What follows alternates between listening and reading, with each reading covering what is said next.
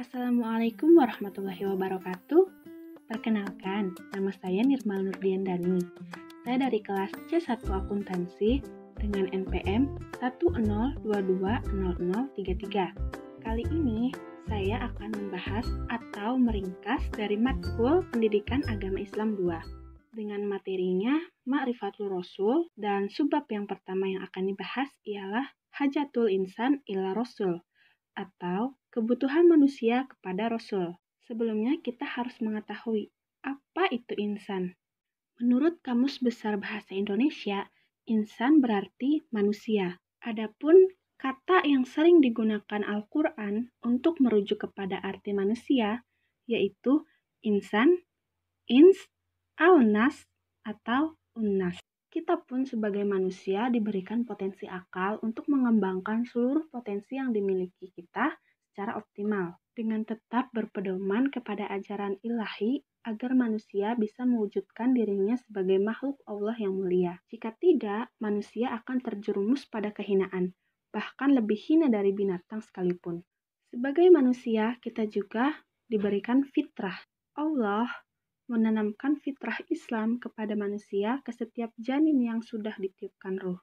Ada juga beberapa fitrah yang tidak dapat dihilangkan, yaitu yang pertama, keberadaan Sang Pencipta, yang kedua, beribadah kepada Allah, yang ketiga, hidup yang tertata, seperti mendorong manusia hidup secara teratur, yang keempat, petunjuk Rasul. Allah mengirimkan Rasul untuk memberikan petunjuk kepada manusia.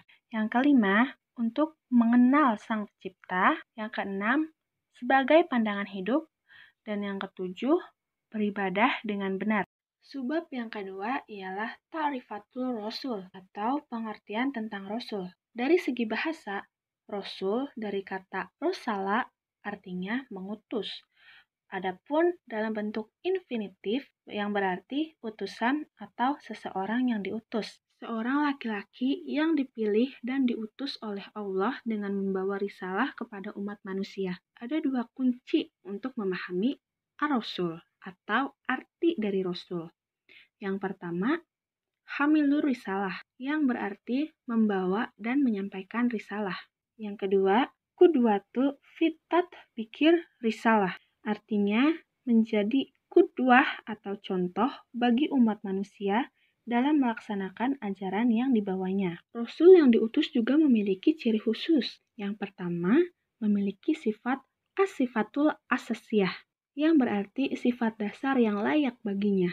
Di antaranya, sidik, jujur, amanah, terpercaya, tablik, menyampaikan, dan fatonah, cerdas. Yang kedua, memiliki al-mu'jizat atau mukjizat. Mukjizat itu berarti perkara luar biasa yang dapat dilakukannya dengan izin Allah untuk melemahkan mereka yang menentangnya. Ciri khusus yang ketiga ialah adanya al-bisyarat atau yang berarti berita gembira kedatangannya. Maksudnya ialah kabar gembira kedatangan seorang Rasul telah diberitakan oleh Rasul-Rasul sebelumnya. Dan ciri khusus yang keempat ialah adanya an-nubuwat, yang berarti berita-berita kenabian, yang berarti berita-berita kenabian yang disampaikannya. Dan yang kelima, atau ciri yang terakhir ialah as-samarat, yang berarti hasil dakwah yang dilakukannya. Sebab yang ketiga ialah makanatul Rasul atau kedudukan Rasul. Kedudukan Rasulullah diantaranya ialah yang pertama, Nabi Muhammad SAW ialah sebagai hamba Allah. Sebagai seorang hamba, beliau juga ialah seorang manusia. Sebagai seorang manusia, beliau juga bisa makan, minum, mandi, buang hajat, mengantuk, tidur, juga berkeluarga. Beliau juga memiliki nasab. Ia juga memiliki jasad. Sebagai hamba Allah, ia juga melakukan perjalanan Nabi atau sirah nabawiyah. Kedudukan Rasulullah yang kedua ialah Rasul di antara para Rasul. Adapun tugasnya sebagai Rasulullah ialah menyampaikan risalah. Sebagai Rasul di antara para Rasul, ia juga menunaikan amanah. Ia juga sebagai pemimpin umat. Lalu, dakwah Nabi. Beliau mendapatkan tugas untuk berdakwah dari berbagai kalangan, dari bangsawan, rakyat biasa, orang merdeka, dan budak belian. Non-Arab pun ia dakwahkan. Semuanya mendapatkan dakwah Rasulullah yang bijak atau nasihat yang baik dan dialog yang terbaik. Dan kedudukan yang terakhir ialah Nabi Muhammad SAW sebagai as-sunnah. Setiap yang berasal dari Nabi itu berarti baik. Dari perkataannya, sunnah qauliyah, perbuatannya, sunnah fi'liyah, dan ketetapannya, sunnah taqririyah. Selanjutnya, sifat-sifat Rasul. Sifat yang pertama ialah al-basyariyatul kamilah, yang artinya kemanusiaan seutuhnya. Rasulullah SAW adalah manusia seutuhnya, memiliki jasad seperti manusia pada umumnya, dan memiliki perasaan seperti manusia yang lainnya.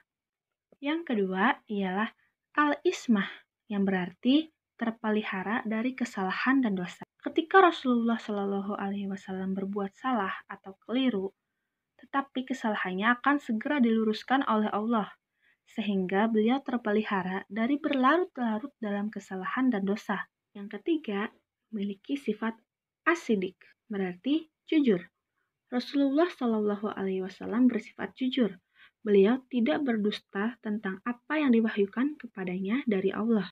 Yang keempat ialah al-fatonah, yang berarti cerdas. Dalam menjalankan tugasnya sebagai pemimpin umat, Rasulullah dibekali oleh Allah sifat fatonah atau cerdas, sehingga dapat menjelaskan wahyu Allah kepada seluruh umat manusia dengan sebaik-baiknya. Dan yang kelima dan keenam ialah al-amanah dan tablik, terpercaya dan menyampaikan risalah. Dan yang ketujuh, sifatnya ialah al-iltizamul kamil, yang berarti komitmen yang sempurna terhadap kebenaran. Kewajiban kita selaku umatnya adalah menjadikan beliau sebagai uswatun hasanah atau suri tauladan yang baik. Baik, cukup sekian materi rangkuman yang bisa saya sampaikan. Kurang lebihnya saya mohon maaf. Wabillahi taufiq wal hidayah. Wassalamualaikum warahmatullahi wabarakatuh.